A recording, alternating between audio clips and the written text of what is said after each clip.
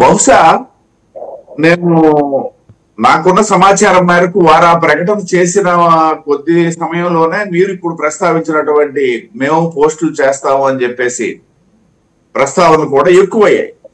గతంలో కూడా మాట్లాడుతున్నారు. స్వేచ్ఛ ఇప్పుడు మీడియాలోను సోషల్ మీడియాలోను వారి తాలూకు భావ వ్యక్తీకరణ అనేది ఖచ్చితంగా వ్యక్తుల తాలూకా స్వేచ్ఛ. వాళ్ళు రాజకీయ క్షేత్రంలో పనిచేసిన వాళ్లే కాదు, భావ వ్యక్తీకరణకి సాధారణ మానవునికి కూడా ఉన్నటువంటి అదొక స్వేచ్ఛ. భారతదేశంలో రాజ్యాంగం ఇచ్చినటువంటి స్వేచ్ఛ కదనమాట. దాన్నే వాళ్ళు ప్రస్తావిస్తున్నారు. కాకపోతే ఆ ప్రస్తావన అర్హత ఉందా లేదా అనేది ఇక్కడ మనం చర్చించాలి, లేకపోతే ప్రజలు ఆలోచించాలా. ఎందుకు అనేసి అంటే ఇప్పుడు రోజా గారే డెఫినెట్ గా ఒక మహిళగా రాజకీయాల్లో మహిళ రాణించడం అనే యాంగిల్లోను సరే, వారి సినిమా జీవితము లేకపోతే టీవీ జీవితము అవన్నీ వేరు. మళ్ళీ దాంట్లో కొన్ని వివాదాలు ఉంటాయి సహజంగా, అది కామన్ థింగ్ అది. బట్ రాజకీయంగా రాణించడం అనేది మనం వారిని అప్రిషియేట్ చేయొచ్చు. కానీ రాజకీయంలో కూడా గతంలో మీడియా ముందు మాట్లాడుతూ వారు చేసినటువంటి సంఖ్యలు అంటే ప్రతిపక్షం వాళ్ళని రెచ్చగొడుతూ చేసినటువంటి బూతు సంఖ్యలు బూతు మాటలు కూడా ఉన్నాయి. అవి మర్చిపోతే ఎట్లా? ఇవాళ పత్తిత్తు కబుర్లు ఆడితే ఎట్లా? కాదు కదా, కరెక్ట్ కాదు కదా అది. మనం ఇప్పుడు నేనున్నాను లేకపోతే నా పార్టీ ఉంది, నేను ముందుగానే మీకు చెప్పడానికి కారణం ఏదో నా పార్టీ గొప్పతనం మీకు తెలియదని చెప్పి ప్రజలకు చెప్పడం కాదు నా ఉద్దేశం. నేను ఎందుకు కోట్ చేశానని అంటే నాకు అర్హత ఉంది అని చెప్పేసి చర్చ ద్వారా నేను తెలియచేయడం నా ఉద్దేశం. నా పార్టీకి అర్హత ఉంది. నేను ఇవాళ వైసీపీ నాయకులకు కానీ లేదా సోషల్ మీడియాలో అడ్డగోలు పోస్టులు పెట్టే బూతు సాహిత్యాన్ని ప్రచారం చేసే ఏ పార్టీ నాయకులకు కానీ నాకు నేను ఏలెత్తి చూపే అర్హత ఉంది అని చెప్పి ఆ విషయంలో నేను కూడా మీతో ఏకీభవిస్తాను. ఎందుకంటే మీరు కానీ కమ్యూనిస్ట్ పార్టీలు కానీ ఇలాంటి దుస్సంప్రదాయం అయితే మీకు లేదు. సరే, ఏమన్నా ఉంటే విధానపరంగా మాట్లాడుకుంటారు, ఇలా పర్సనల్ అటాక్స్ సోషల్ మీడియాలో లేవు.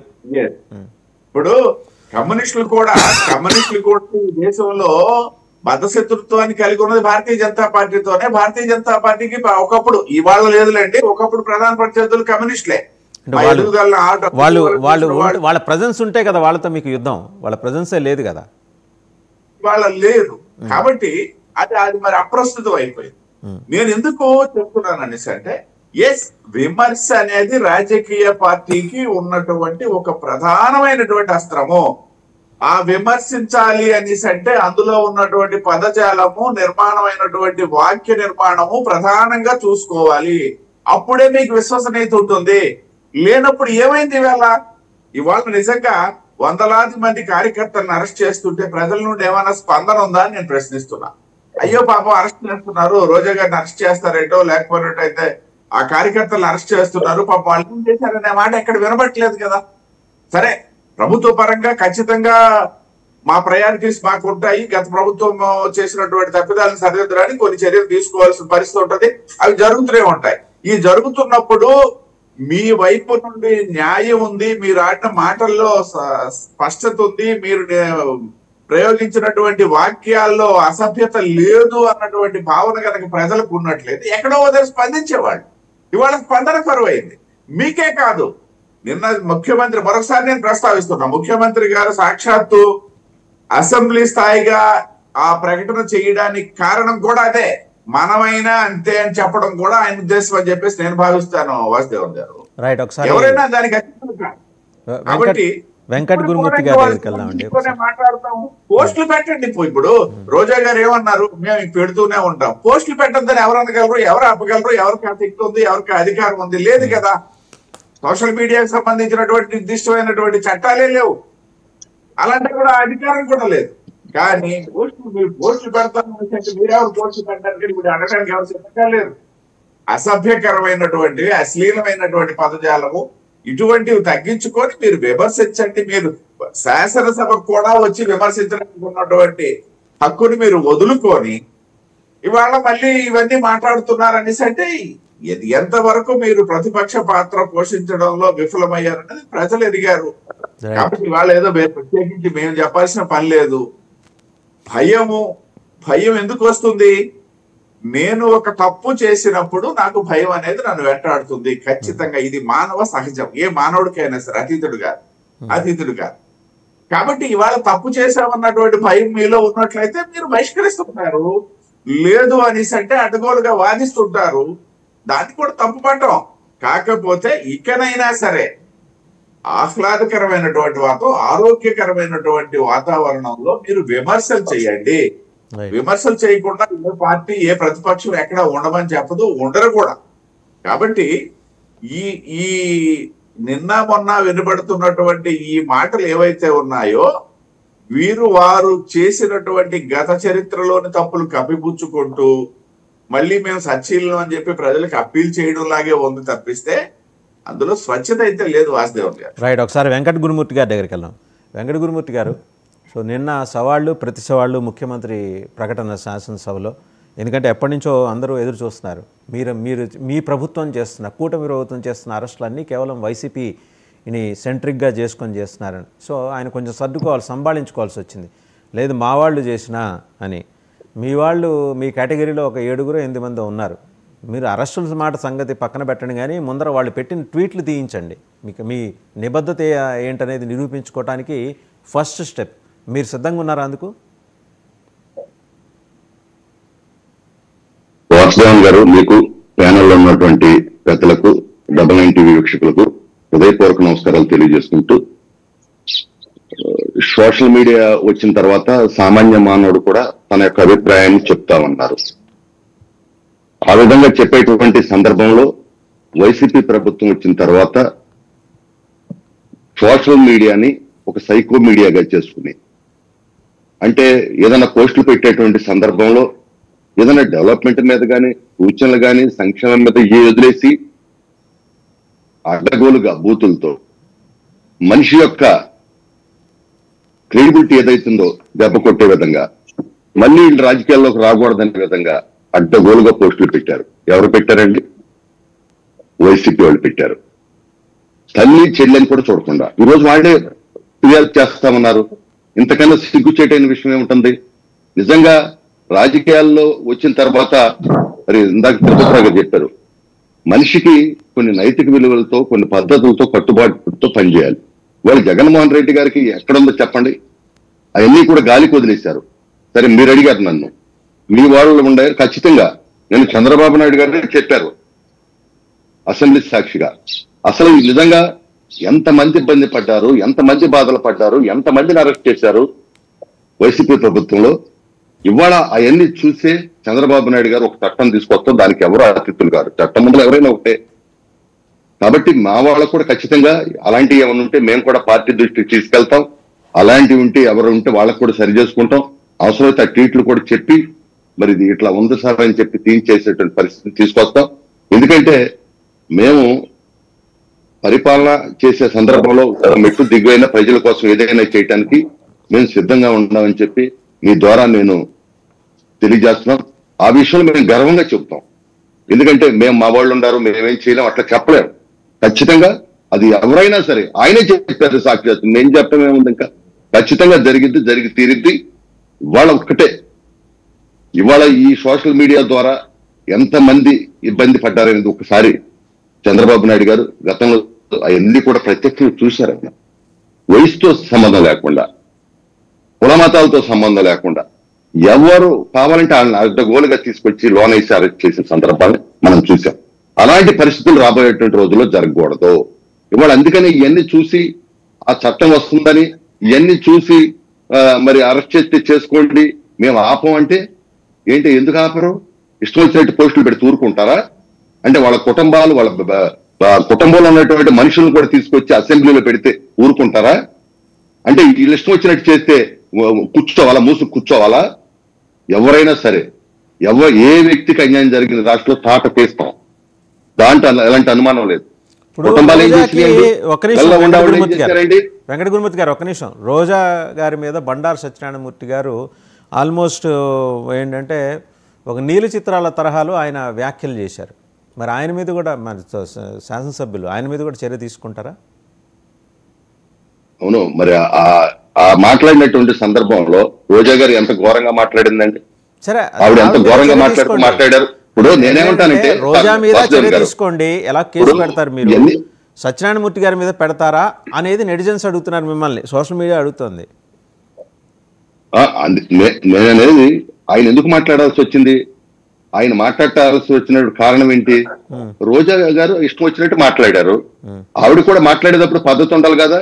మేము కూడా మాట్లాడాము. లేదనే కదా వాళ్ళు పక్కన పెట్టింది. మేము కూడా మా కృష్ణా జిల్లాలో ఉన్నాం వాళ్ళకి ఆ కాబట్టి పద్ధతి మేము కూడా లేదనే అడ్డగోలుగా కదా. మాట్లాడాం. వాళ్ళకి ఆ పద్ధతి ఎందుకు లేదనే మాట్లాడానంటే పక్కన పెట్టారు వాళ్ళని. వాళ్ళకి ఆ పద్ధతి లేదనే 11 దించేశారు వాళ్ళని. మీరు కూడా దించేశారు. మీరు నిరూపించుకోండి. నేనేమంటాను, ఇప్పుడు మేమేమంటామంటే చెప్పారు నిన్న. ఈ రోజు మేము చట్టం తీసుకొస్తున్నాం. ఎందుకు తీసుకొస్తున్నాం? ఎవరైనా సరే పోస్ట్ పెట్టే ముందల ఓహో మనం పోస్ట్ పెడితే ఈ పద్ధతులు ఉంటాయి, ఈ విధంగా పెట్టాలా అని ఆలోచింపజేసే విధంగా చట్టం తీసుకురాబోతున్నాం. కాబట్టి ఆ చట్టం ముందు ఎమ్మెల్యేలైనా, ఎంపీలైనా, తెలుగుదేశం అయినా, బీజేపీ అయినా, జనసేన అయినా, వైసీపీ అయినా అందరూ ఒకటే. ఎవరైనా ఒకే ఇది ఉంటది, కానీ దానికి ఏం పరిమితులు ఉండవు.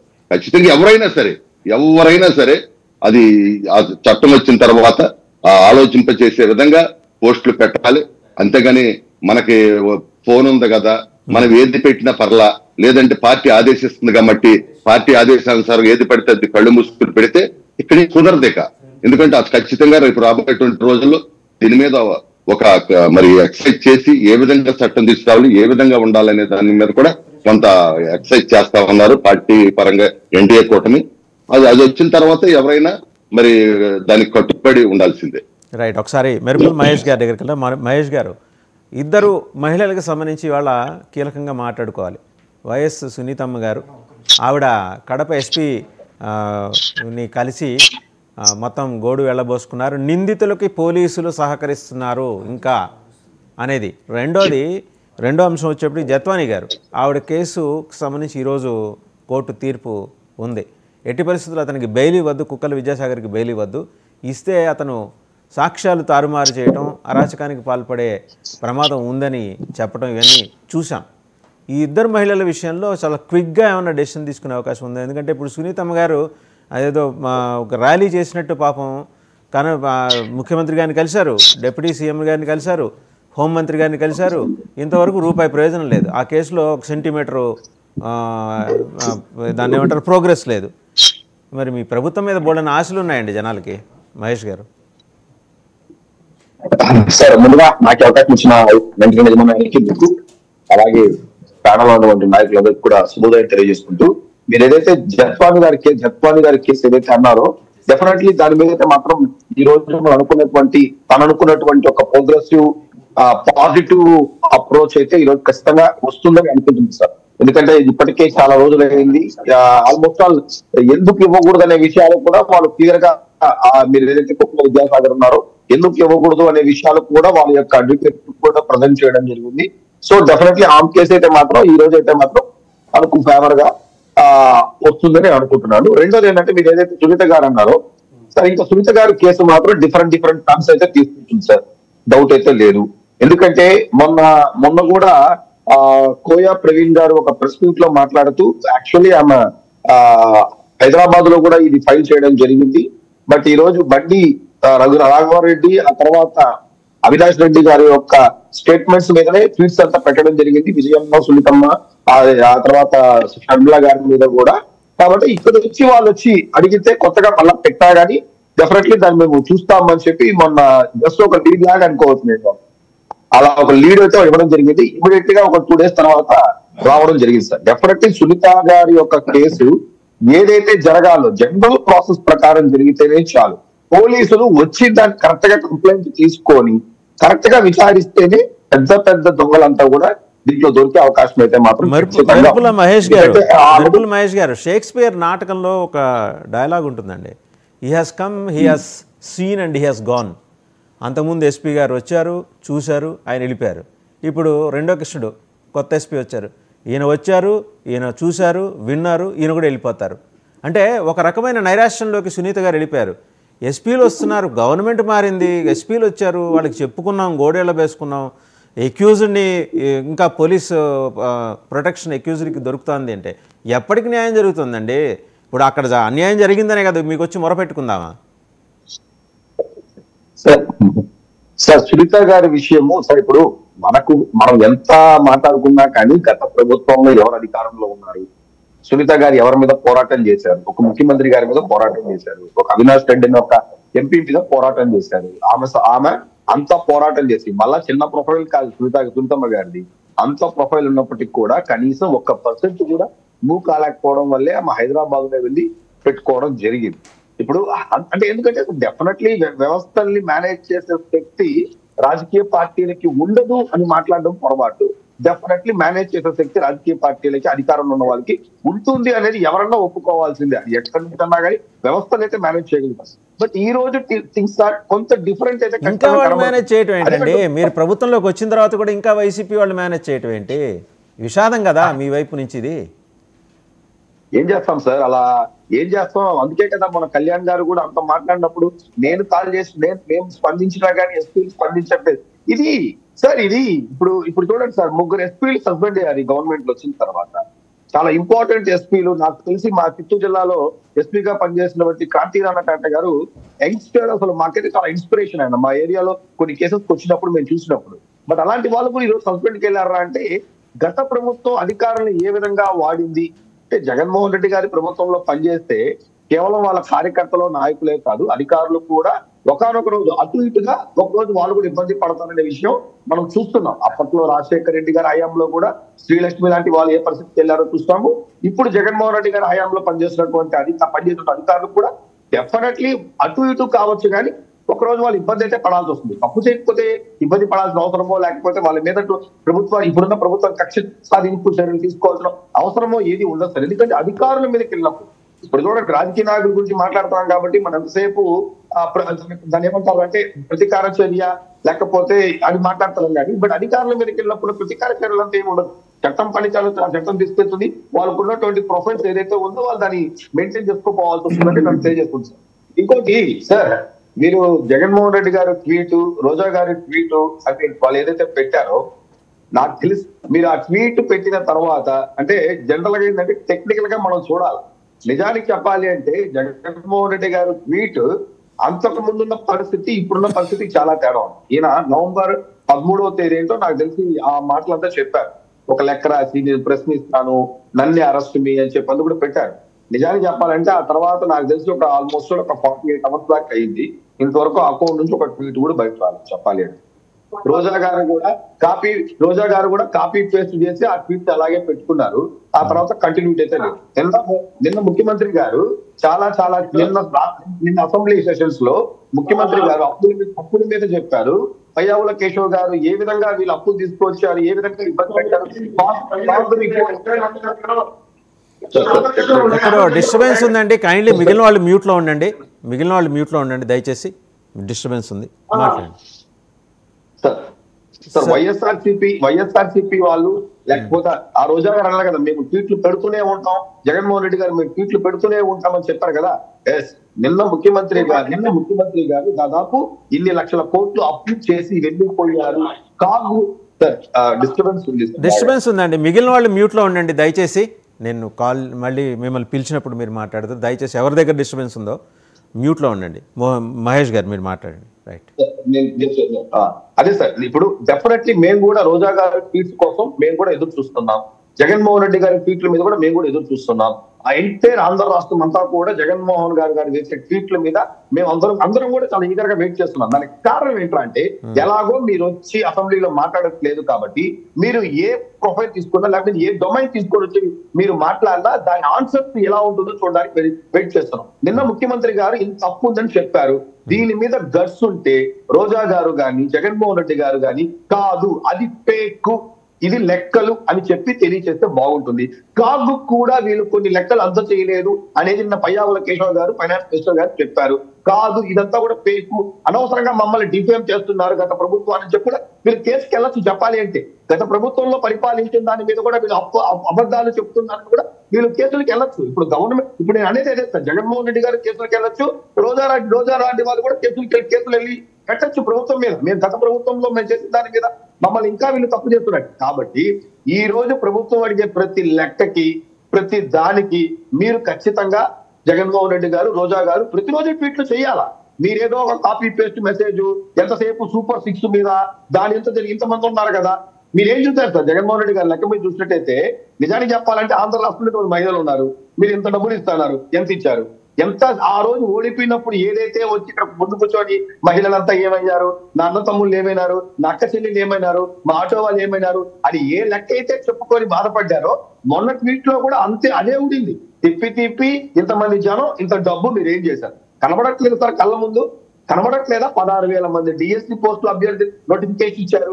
నేను తీసుకున్నట్టయితే వాళ్ళ మీద పెట్టిన కేసుల గురించి అసెంబ్లీలో చర్చ జరిగింది. మనం ఎప్పుడన్నా అసెంబ్లీ పక్క వస్తే కదా మనకు తెలిసే విషయాలు. ఎంతసేపు కాయిన్ అంతా వన్ సైడే సార్. బ్యాడ్ లక్ ఏంట్రా అంటే గత 4-5 రోజులుగా అసెంబ్లీ సెషన్ జరుగుతా ఉంది. నిజానికి చెప్పాలంటే చాలా పెద్ద పెద్ద విషయాలు మాట్లాడుతున్నారు, ఇన్వెస్ట్మెంట్స్ గురించి మాట్లాడుతున్నారు, గత ప్రభుత్వం చేసిన అప్పుల గురించి మాట్లాడుతున్నారు, క్యాపిటల్ ఎక్స్పెండిచర్స్ గురించి సాధించిన రిపోర్ట్స్ గురించి మాట్లాడుతున్నారు. స్టేట్ అనేది ఒక దీంట్లో ముందుకు వెళ్తా లుకింగ్ ఫార్వర్డ్ గుడ్ గా వెళ్తా ఉంది. బట్ ఇన్ని కాన్సెప్ట్స్ మీద వైఎస్ఆర్సీపీ వాళ్ళు ప్రజలు చర్చించకూడదని ఎంతసేపు కేసు అది రెచ్చగొట్టే ధోరణి అవుతుంది సార్. సీరియస్ చెప్తాను. ఎందుకంటే జగన్మోహన్ రెడ్డి గారు ఎప్పుడైతే వచ్చి నన్ను అరెస్ట్ చేయండి, అరెస్ట్ మీ విషయం చెప్పంటారా మహేష్ గారు? వాళ్ళు ఆటవిక యుగంలో ఉన్నారు, కొంచెం మీరు అడ్వాన్స్డ్ మధ్యయుగాలకు వచ్చారు. బట్ సివిలైజ్డ్ సొసైటీ అనేది మనం చాలా తొందరలో యాంటిసిపేట్ చేద్దాం. నాకు నిన్నైతే నమ్మకం కలిగింది చంద్రబాబు గారు శాసనసభలో చేసిన ఆ ప్రకటన ద్వారా.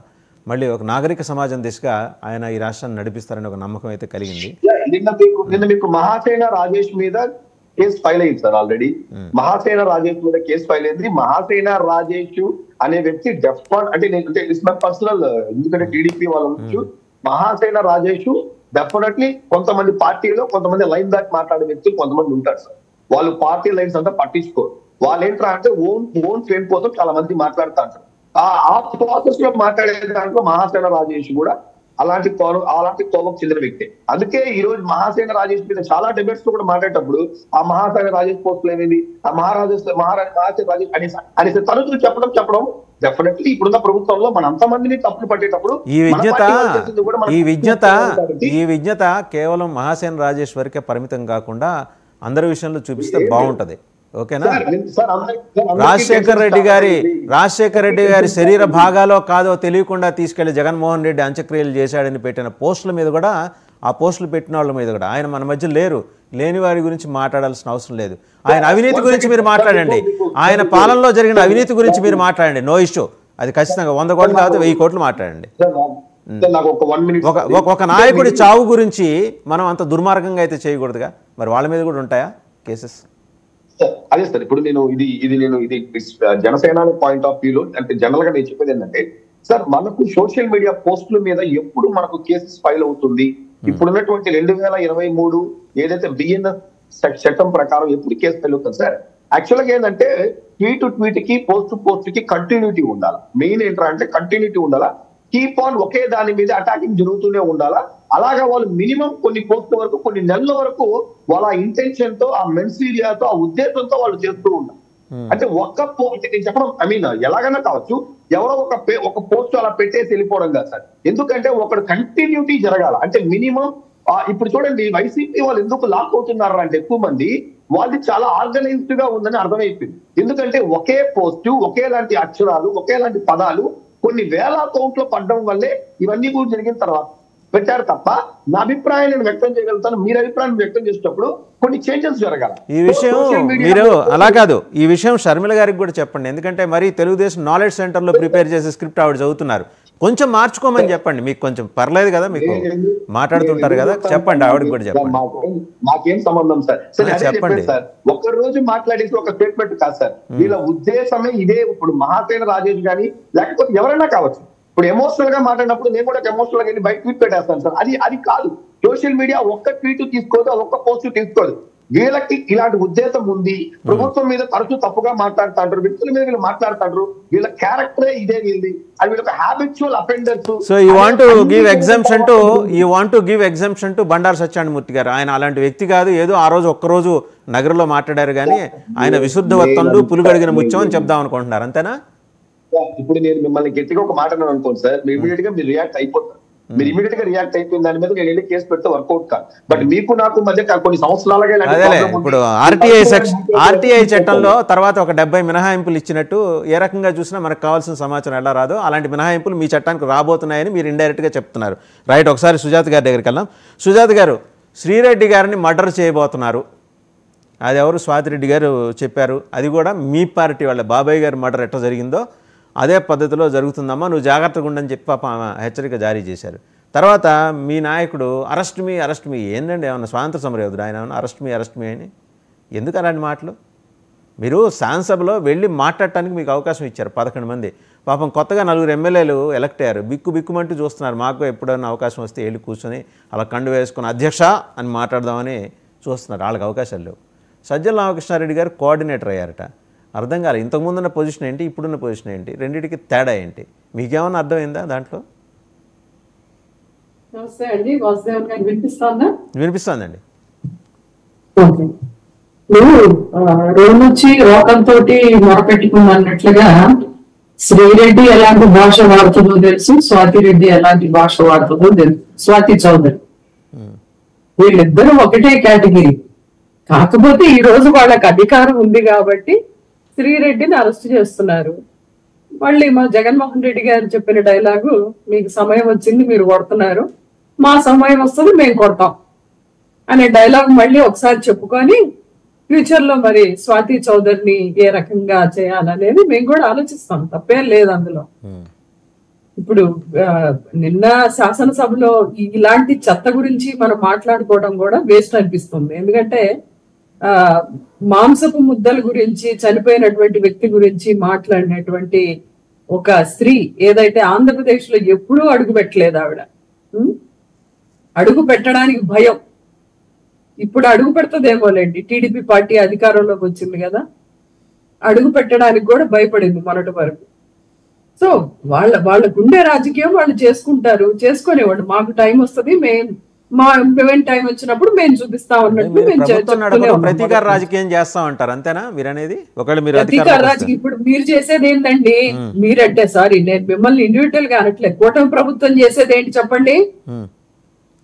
కూటమి ప్రభుత్వం ఇప్పుడు చేస్తున్నది ఏంటి?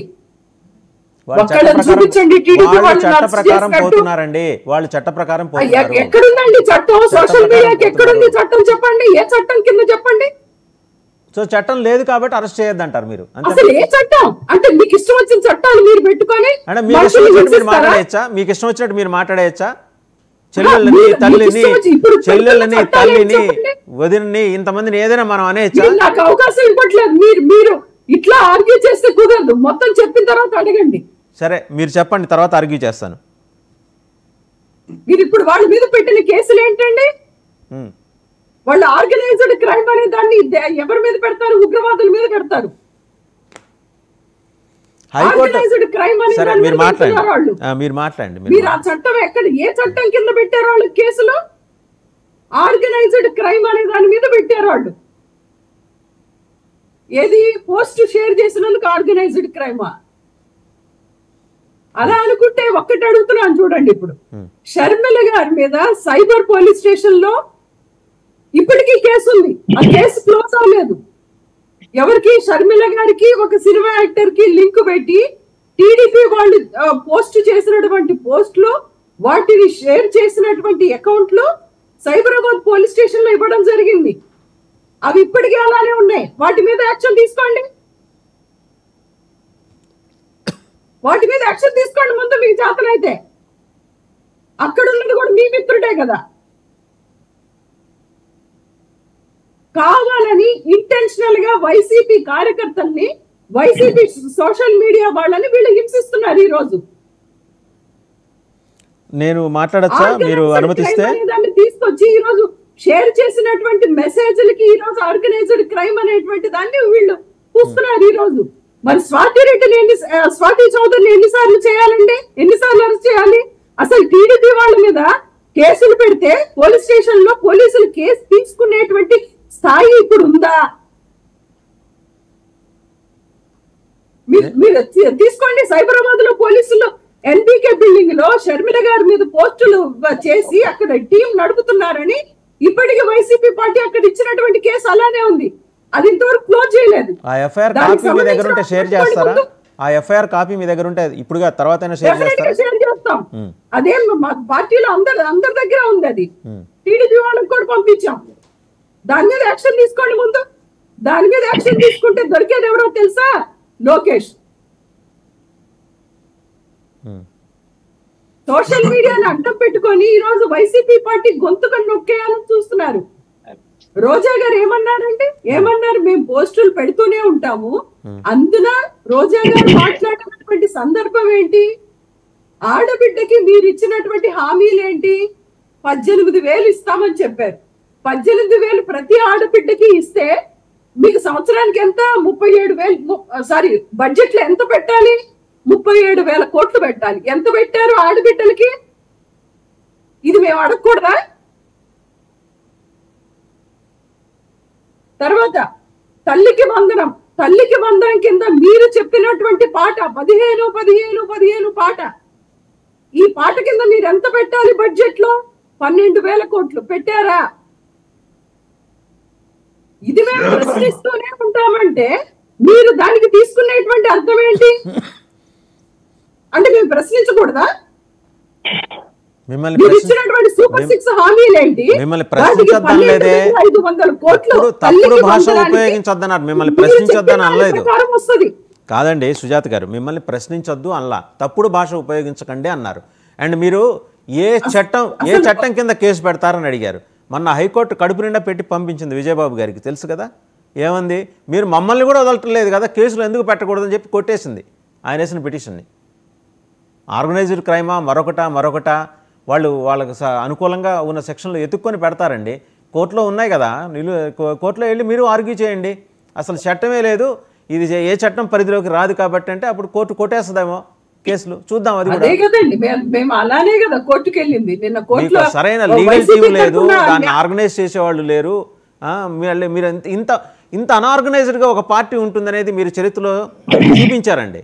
ఎలా ఉండొచ్చు ఒక అనార్గనైజ్డ్? వాసుదేవన్ గారు ఒకటి ఏంటంటే, ఓడిపోయిన వాళ్ళకి పార్టీ ఓడిపోయింది కాబట్టి చాలా మంది చాలా రాళ్లు వేస్తారు. రాజకీయాలంటే కొన్నిసార్లు చెప్పులు పడతాయి, కొన్నిసార్లు పూలు పడతాయి. అవి రెండు తీసుకోవటం వైసీపీ పార్టీకి తెలుసు. వైసీపీ పార్టీ ఉనికిని కోల్పోకుండా, దాని సిద్ధాంతాలు పోగొట్టుకోకుండా ఎలా ముందుకెళ్లాలనేది వైసీపీ పార్టీకి తెలుసు. ఈ రోజు ఓటమి పాలైంది కాబట్టి ఈ రోజు మీరు అంత అనార్గనైజ్డ్ గా 151 సీట్లు తీసుకొచ్చింది ఇంత అనార్గనైజ్డ్ గా ఉన్నటువంటి పార్టీయేగా. మీరు ఎలా ప్రశ్నిస్తారు? ఓడిపోయింది కాబట్టి మీరు ఈ రోజు ఆ మాట అంటున్నారు. ప్రశ్నిస్తున్నది మీ లీగల్ టీమ్స్ గురించి, ఎంత హోప్లెస్ గా పనిచేస్తున్నారు అనేది. మీరు ఆర్గనైజ్డ్ క్రైమ్ కింద చట్టం కేసులు ఎలా పెడతానని అడుగుతున్నారు. మరి ఏ చట్టం వర్తిస్తుందో మీరు చెప్పలేకపోతున్నారు కదా.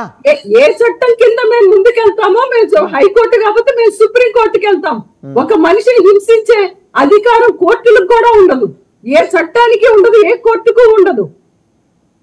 సుప్రీం కోర్టులు కాకపోతే హైకోర్టులకు వెళ్ళామంటే మనకు తోచినట్టు చెప్పండి.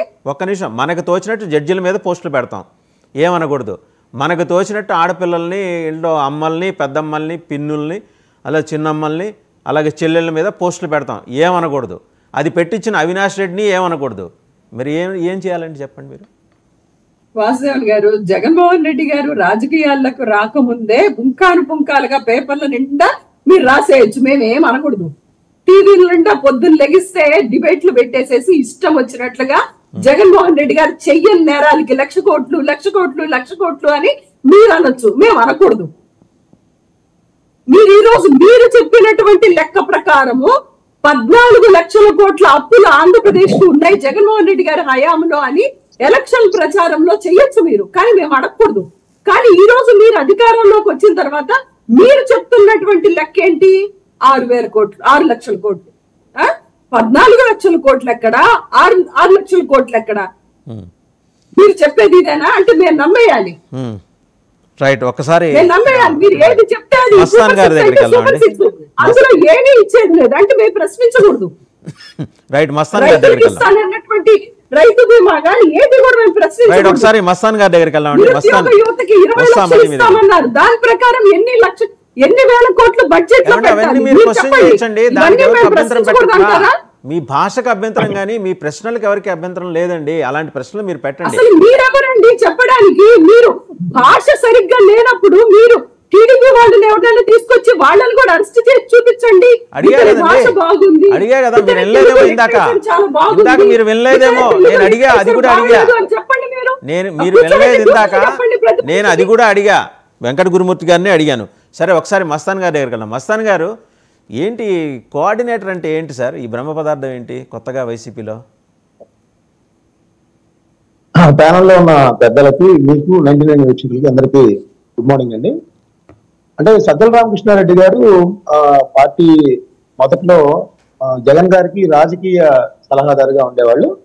ఆ తర్వాత రాష్ట్ర ప్రధాన కార్యదర్శిగా ఆయన్ని నియమించారు. ఆ తర్వాత కాలంలో మీడియా కోఆర్డినేటర్ గా కూడా ఆయన సోషల్ మీడియాకి సంబంధించి ఏమో సజ్జల భార్గవ రెడ్డి గారు, మీడియా కోఆర్డినేటర్ గా సజ్జల రామకృష్ణారెడ్డి గారు కూడా నియమించారు. అయితే రాత్రి సజ్జల రామకృష్ణారెడ్డి గారిని రాష్ట్ర కోఆర్డినేటర్, అంటే జనరల్ గా వైఎస్ఆర్ సిపికి సంబంధించి ఏంటంటే 175 నియోజకవర్గాలకి ఒక్కొక్క సమన్వయకర్త ఉంటారు, అంటే కోఆర్డినేటరు. అదేవిధంగా రీజనల్ కోఆర్డినేటర్లు 2 జిల్లాలకు కానీ 1 జిల్లాలకు కానీ, ఇప్పుడు మన పెద్దిరెడ్డి రామచంద్రారెడ్డి గారు, మిగిలిన రెడ్డి గారు, అయోధ్య రామరెడ్డి గారు, ఇట్లా రీజనల్ కోఆర్డినేటర్లు కూడా పెట్టారు. ఇక వీళ్ళందరినీ మానిటర్ చేయడానికి సజ్జల రామకృష్ణారెడ్డి గారిని ప్రస్తుతం రాష్ట్ర కోఆర్డినేటర్ గా పెట్టినట్టు. అంటే సాధారణంగా ఏంటంటే జగన్మోహన్ రెడ్డి గారు అందుబాటులో ఉండదు కాబట్టి ఏదైనా విషయాలు ఉంటే ఎంటైర్ పార్టీకి సంబంధించిన వ్యవహారాలు ఒంటి స్తంభం మేడలో ఉంటారు. అక్కడికి వెళ్ళాలంటే సముద్ర మధ్యలో ఉంటుంది ఆ ఒంటి స్తంభం మేడ. ఏం కానీ కనెక్టివిటీ ఉందండి ఆ పార్టీలో? అంటే రెగ్యులర్ గా పార్టీ నాయకులు కలవాలంటే సజ్జల రామకృష్ణారెడ్డి గారిని కలిస్తే వాటికి సంబంధించిన వాళ్ళ సమస్యలు కానీ, నియోజకవర్గాల అంశాలు కానీ, లేకపోతే విభేదాలు ఏమైనా ఉన్నా కానీ, లేదా రాష్ట్ర ఇప్పుడున్న ప్రభుత్వం మీద ఎట్లాంటి ఎక్కడికక్కడ ఉద్యమాలు కానీ, లేదా ఆందోళనలు కానీ, ధర్నాలు కానీ చేయాలంటే వెంటనే ఇమీడియట్ గా అప్రోచ్ అవడానికి రాష్ట్ర కోఆర్డినేటర్ అవసరం అని జగన్మోహన్ రెడ్డి గారు పాయింట్ పెడుతున్నారు. అందుకని రాత్రి రాష్ట్ర కోఆర్డినేటర్ గా సజ్జల రామకృష్ణారెడ్డి గారిని నియమించినట్లుగా మనకు తెలుస్తుందండి. అండ్ ఇంకొకటి, అవినాష్ రెడ్డిని దూరం పెడుతున్నారు. అవినాష్ రెడ్డిని సమీప భవిష్యత్తులో దగ్గరికి చేర్చుకునేది లేదు. ఎందుకంటే ఆయన డైరెక్షన్లో బండి రాఘవరెడ్డి గారి దిశానిర్దేశంలో వర్రా రవీంద్రారెడ్డి కానీ, లేకపోతే ఇతరులు కానీ, వీళ్ళ హ్యాండిల్స్ అన్నీ వాళ్ళ దగ్గరే ఉన్నాయి. వాళ్ళ పేరున పెట్టేశారు. ఇది వాళ్ళు కన్ఫెషన్ ఇచ్చిన దాంట్లో మొత్తం ఏంటంటే అటు తిరిగి ఇటు తిరిగి అవినాష్ రెడ్డి దగ్గర వచ్చి ఆగుతోంది. అవినాష్ రెడ్డి వేలు జగన్మోహన్ రెడ్డి గారి వైపు చూపిస్తుంది. చాలా క్లిష్టమైన ఒక వాతావరణాన్ని వైఎస్ఆర్సీపీ అంతర్గతంగా ఎదుర్కొంటుంది కదా. దీని నుంచి వీళ్ళు ఓవర్కమ్ అయ్యే అవకాశాలు ఉన్నాయా అసలు? అంటే ఈ అవినాష్ రెడ్డి గారు ఫస్ట్ నుంచి కూడా అండి, యాక్చువల్గా వైఎస్ఆర్సీపీ జగన్మోహన్ రెడ్డి గారు ఫస్ట్ కడపకి పార్లమెంట్ సభ్యులుగా పోటీ చేసిన తర్వాత, ఆయన పులివెందులకు ఎమ్మెల్యే అయిన తర్వాత అవినాష్ రెడ్డి గారా షర్మిల గారా అని అక్కడ ఒక కుటుంబంలోనే అంతర్గతంగా చర్చ జరిగింది. అది విజయమ్మ గారు కూడా కొంతమంది చెప్పారు. షర్మిల గారికి కాదని అవినాష్ రెడ్డి గారికి జగన్మోహన్ రెడ్డి గారు ప్రాధాన్యత ఇచ్చారు. అంటే అది కుటుంబంలో ఎలాంటి ప్రాధాన్యతలు ఉంటాయనేది మనకు అంతర్గతంగా తెలియదు. సో అప్పటి నుంచి కూడా అవినాష్ రెడ్డి గారు, అంటే అక్కడ ఉద్దేశం ఏంటంటే రాజశేఖర రెడ్డి గారు ఉన్నప్పుడు, రాజశేఖర రెడ్డి గారు పులివెందులకి ప్రాతినిధ్యం వహిస్తున్న నేపథ్యంలో మన వివేకానంద రెడ్డి గారు పార్లమెంట్ సభ్యులుగా ఉండి, రాజశేఖర రెడ్డి గారు రాష్ట్ర స్థాయిలో ఉంటారు కాబట్టి నియోజకవర్గ అంశాలన్నీ కూడా వివేకానంద రెడ్డి గారు చూసేవాళ్ళు అనేది అప్పుడున్న పరిస్థితి. ఇప్పుడు ఏంటంటే అవినాష్ రెడ్డి గారు, అదే జగన్మోహన్ రెడ్డి గారు రెగ్యులర్ గా పులివెందులకి, అంటే ఆయన రాష్ట్ర స్థాయి నాయకుడు, ముఖ్యమంత్రిగా ఉంటారు, రాష్ట్ర అధ్యక్షులుగా ఉంటారు కాబట్టి అవినాష్ రెడ్డి గారు ఆ పులివెందులకు సంబంధించి వ్యవహారాలన్నీ చూడటం, అదేవిధంగా కడప జిల్లాకు సంబంధించి కూడా వైఎస్ కుటుంబానికి సంబంధించి కానీ, వైఎస్ఆర్ సిపికి సంబంధించి కానీ పటిష్టంగా ఉండటానికి ఇప్పుడు రాష్ట్ర వ్యాప్తంగా అన్ని చోట్ల ఓడిపోయినా కూడా 2 గెలుచుకుంది కడపలో చెప్పాలంటే. సో అలాంటి అక్కడ ఒక విధానాన్ని అనుసరిస్తా ఉన్నారు.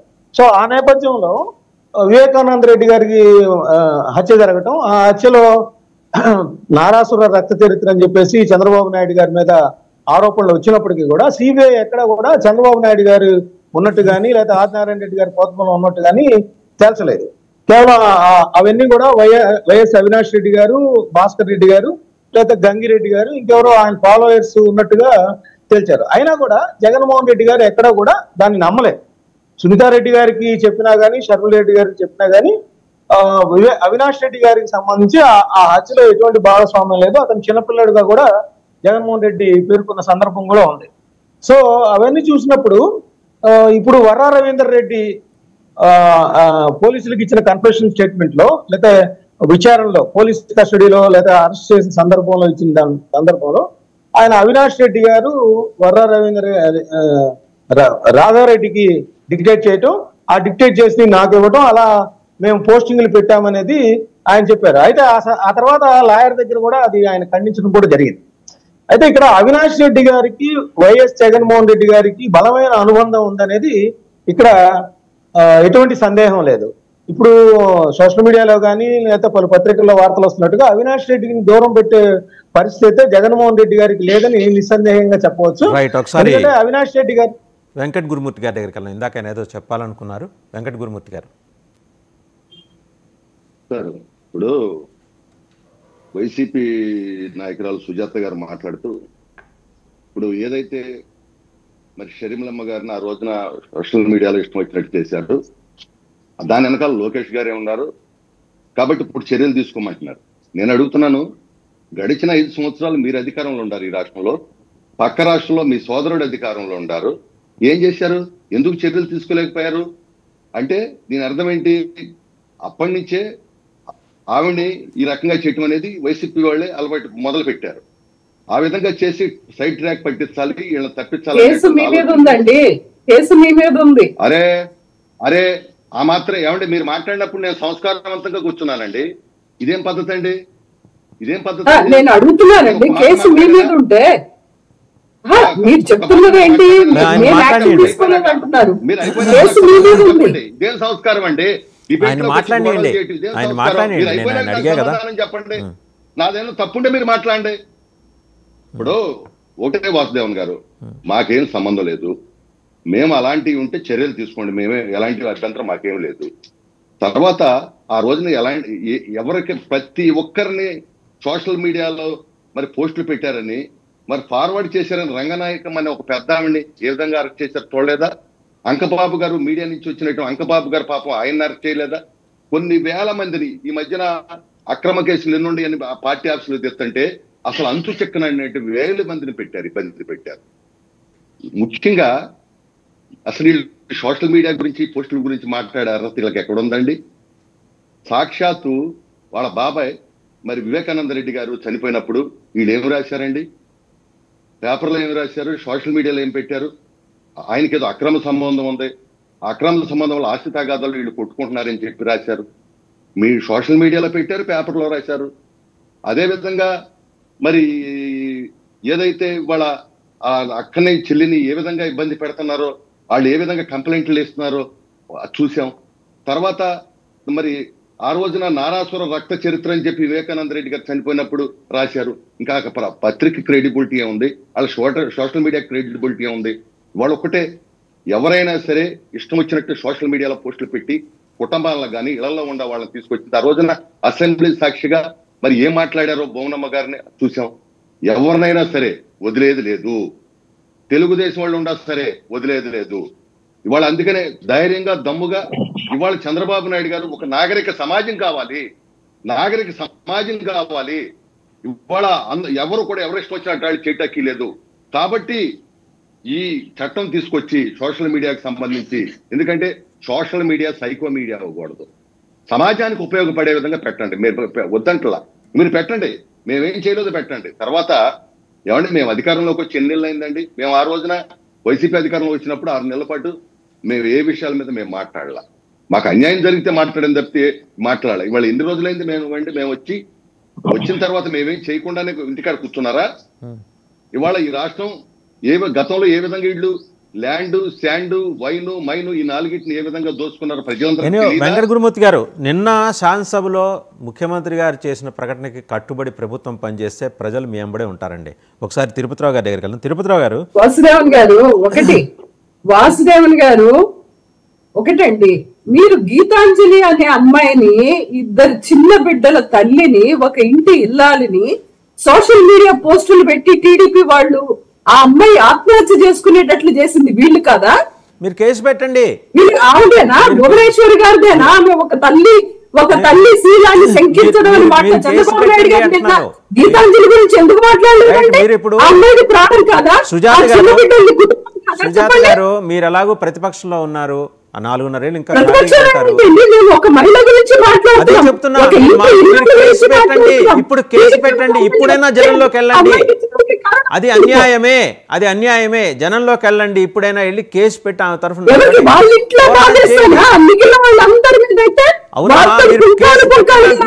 జగన్మోహన్ రెడ్డి గారు ఇప్పుడు ఆ బాధిత కుటుంబం తరఫున మీరు కేసు పెట్టండి అంటున్నా. మీరు కేసు పెట్టండి, మీరు లేవనెత్తిన సమస్యమే కేసు పెట్టండి. ఒకసారి తిరుపతిరావు గారి దగ్గర వెళ్దాం. తిరుపతిరావు గారు, Lok Sabha former secretary general PDT ఆచార్య, చిన్న సబ్మిషన్ అండి, చెప్పండి. సరే అసలు ఏ విధంగా కేసులు పెడతారండి? సాక్షాత్తు జడ్జిల మీదే పోస్టులు పెట్టినటువంటి పార్టీ ఈ పార్టీ చంపేస్తున్నారండి. టైం కావస్తుందండి, టైం కావస్తుంది. సుజాత గారు తిరుపతిరావు గారు మాట్లాడారు, తిరుపతిరావు గారు మాట్లాడారు. తోట చంద్రని ఏ విధంగా చంపారండి వీళ్ళు? రైట్, సుధాకర్ ఎన్ని వేల మంది. రైట్, ఒక్క నిమిషం అండి, ఒక్క నిమిషం. తిరుపతిరావు గారు మాట్లాడారు. సుజాత గారు మీరు ఆగండమ్మా, ఆయన తిరుపతిరావు గారు మాట్లాడాలి. కైండ్లీ అండి. రైట్, కైండ్లీ అవన్నీ మాట్లాడతారు. కేసులు పెట్టండి, వాటి మీద మాట్లాడండి మీరు. తిరుపతిరావు గారు ఈ 1/10 ఆఫ్ ది హౌస్ స్ట్రెంత్ ఉన్నప్పుడే వాళ్ళకి లీడర్ ఆఫ్ ది అపోజిషన్ అనే ఒక హోదా ఇస్తారు అనే ఒక తప్పుడు ప్రచారం చాలా బలంగా నడిచింది. దురదృష్టం ఏంటంటే అది మీ హయాంలో నడిచింది. వాస్తవంగా Lok Sabha former secretary general PDT Acharya the వైరికి రాసిన కథనంలో ఆయన డీటెయిల్గా మెన్షన్ చేశారు. చట్టంలో అది లేదు, కేవలం వేతనాలు, భత్యాలు, లేకపోతే ఎలవెన్సులు, వీటికి సంబంధించి లీడర్ ఆఫ్ అపోజిషన్ అనే పదం ఉంటుంది. టెక్నికల్గా లేదు, చట్టంలో లేదు, సాంకేతికంగా లేదు. ఇప్పుడు మీరు ఆ రోజు ఎత్తుకుంటే ఏమో బీజేపీ చెప్పింది కానీ నిజమే అనుకుని అందరూ అదే ఎత్తుకుని వాళ్ళు జగన్మోహన్ రెడ్డి గారు కూడా అదే ఎత్తుకున్నారు. నాకు ప్రతిపక్ష హోదా కానీ కొంచెం కేంద్ర స్థాయిలో దీని మీద క్లారిఫికేషన్ పార్టీ పరంగా ఇస్తే బాగుంటుందేమో. ఖచ్చితంగా అయితే దీని మీద కొన్ని భిన్నాభిప్రాయాలు ఉన్నాయి.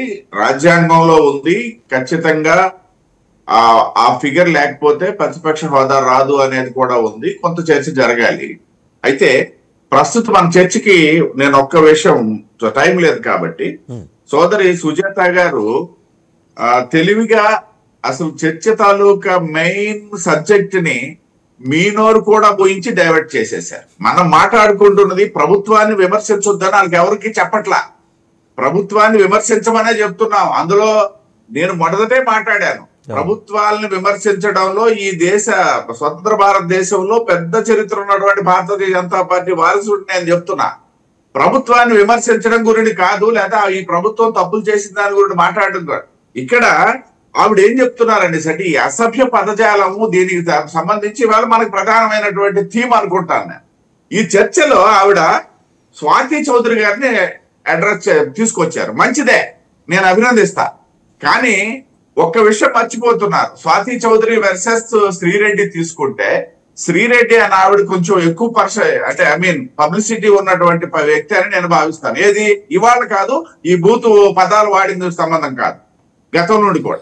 సరే, ఏదైనప్పటికీ ఇద్దరు మహిళలే అనుకుంటే స్వాతి, నాకు తెలిసినంత వరకు స్వాతి చౌదరి తాలూకా పదజాలంలో ఈ ఎవరైతే శ్రీరెడ్డి వాడినటువంటి పదాలు స్త్రీ పురుష మర్మాంగాలు, అంతకంటే నేను ఎక్కువ చెప్పలేను.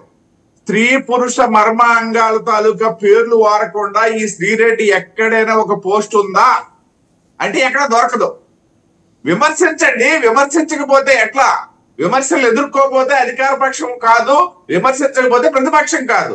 నేను చెప్పేది ఆవిడ్ని సమర్థిస్తూ ఈవిడ్ని తీసుకొచ్చారు కాబట్టి ఒక మహిళగా ఆవిడికి అది సరైనది కాదు. ఎందుకని అంటే స్త్రీ పురుష మర్మాంగాల తాలూకా పేర్లు ఉచ్చరించకుండా శ్రీరెడ్డి మాట్లాడిన ఒక్క వీడియో లేదు. ఇవాళ మళ్ళీ బొల్లి కబుర్లతో బుల్లి ఏడుపులతో వీడియోలు పెడుతూ నన్ను వదిలేయండి, నన్నేమో జగనన్న వాడుకున్నాడు, జగనన్న వైసీపీ పాడు చేసేసింది. నిన్ను ఇప్పుడు కొత్తగా పాడు చేయడం ఏముందమ్మా, మనం పాడైపోయిన తర్వాత ఎవరైనా వాడుకుంటారు. నర్మగర్భంగా చెప్తున్నా. ఇది ఆవిడ్ని తీసుకొచ్చి స్వాతి చౌదరి గారు, స్వాతి చౌదరి విమర్శిస్తారు, కొంచెం ఘాటైన పదజాలం వేరు, కానీ బూతు పదజాలం వేరు.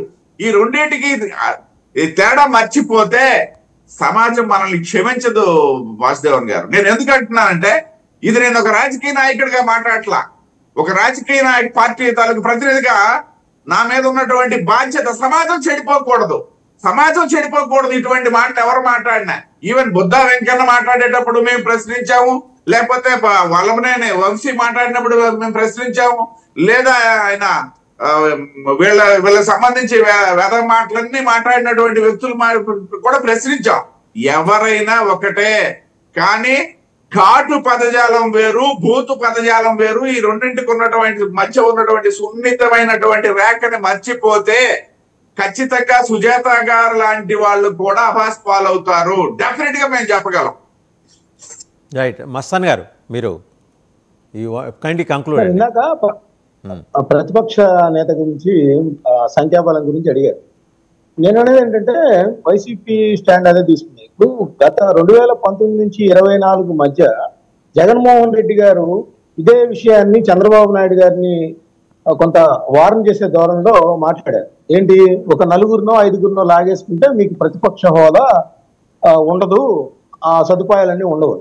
అంటే అప్పుడు జగన్మోహన్ రెడ్డి గారికి అది నాలెడ్జిలో లేకుండా మాట్లాడారా, లేదా ఆయనకి ఎవరైనా తప్పుడు సమాచారం ఇస్తే అది శాసనసభలో మాట్లాడారా? ఇప్పుడు మళ్ళీ దాన్ని వైలేట్ చేసి వేరే విధంగా సంఖ్యాబలం ఉంటే ఇవ్వాలి అనేది ఎట్లా మాట్లాడుతున్నారు? ఆయన యొక్క డిమాండ్ లోనే వైరుధ్యాలు ఉన్నాయనేది నేను ఇక్కడ గుర్తు చేయదచ్చు. రైట్, అది నేను ఇందాక చెప్పదలుచు. రైట్. మహేష్ గారు ఫైనల్ గా. సార్ ఈ వైఎస్ఆర్సీపీ వాళ్ళు ఏదో కేసు ఏ సెక్షన్ లో పెడతారు, ఏ స్టేషన్ లో పెడతారు, ఏది అని అంటున్నారు సార్. సీరియస్ చెప్తున్నాను, బిఎన్ఎస్ 111 అనే సెక్షన్ చాలా బలంగా పనిచేస్తుంది. దానికి నేనైతే బలంగా పనిచేస్తాను చెప్పట్లేదు. ఇండియాలో ఇప్పటికే పంజాబ్ లో, కేరళలో, హర్యానాలో ఫస్ట్ కేసు ఎక్కడ ఫైల్ అయినప్పుడు ఎందుకంటే చాలా మంది ఇదేదో ఫస్ట్ కేసు ఒరిస్సా భువనేశ్వర్ లో కూడా ఈ కేసు ఫైల్ అయింది. ఇది ఒక ఆర్గనైజ్డ్ క్రైమ్ అనేది మళ్ళా ఎందుకు గవర్నమెంట్ కానీ మన జగన్మోహన్ రెడ్డి గారు కూడా ఆర్గనైజ్డ్ క్రైమ్ అనే పదం వాడారు. సో ఆర్గనైజ్డ్ క్రైమ్ అంటే ఇట్స్ వెరీ క్లియర్. మహిళ పోస్ట్ పైన పైన ఒకడు ఉంటాడు, దానిపైన ఒకడు ఉంటాడు, దానిపైన ఒకడు ఉంటాడు, నా కింద ఒక ఇద్దరు ఉంటారు. సో వీళ్ళందరూ కూడా ఒక ప్లాంట్ గా, అది రాబరింగ్ కానీ, కిడ్నాపింగ్ కానీ, ఏ వెహికల్ థెఫ్ట్ కూడా, చివరికి వెహికల్ థెఫ్ట్స్ కూడా.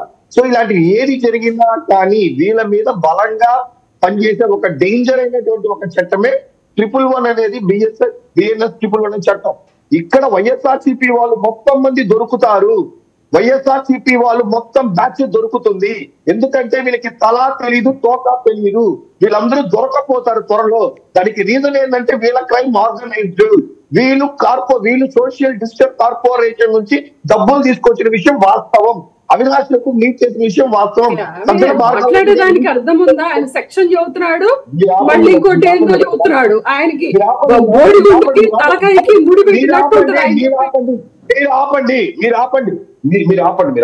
ఎందుకంటే మీరు ఆర్గనైజ్డ్ క్రైమ్ అని ఎందుకు చెప్తున్నారని చెప్తున్నాను. వైఎస్ఆర్సీపీ వాళ్ళు ఏదో పోలీస్ స్టేషన్ కి వెళ్ళి ఏదో ఒక కేసు ఫైల్ పెట్టుకొని దీని మీద పంజాబ్ హర్యానాలో ఒక అరెస్ట్ కి వెళ్తే ప్రైమ్ ఆఫ్ అఫెన్స్ మీరు ఏదో వచ్చి క్యాజువల్ గా పెడితే మేము తీసుకోము అని చెప్పి పంజాబ్ లో కూడా ఈ హైకోర్టులో ఈ యొక్క కేసును కొట్టడం జరిగింది.